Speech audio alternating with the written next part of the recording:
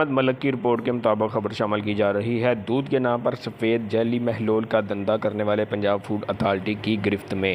Food safety ٹیموں کے شہر کے مختلف علاقوں میں واقع ملک کلیکشن سینٹر پر چھاپے، داخلی راستوں پر سخت ناکہ بندی، دودھ میں پانی کی ملاوٹ اور فیٹ انتہائی کم ہونے پر 6,000 لیٹر سے زائد دودھ تلف کیا گیا۔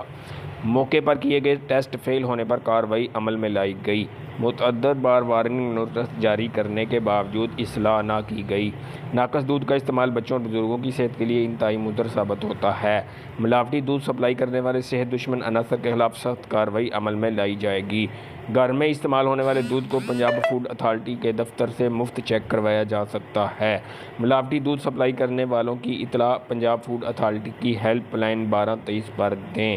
ڈی جی فوڈ اتھارٹی رجا جہانگیر انور۔ کیمرہ مین علی بٹ کے ساتھ احمد ملک، نیوز 4 گوجرانوالہ۔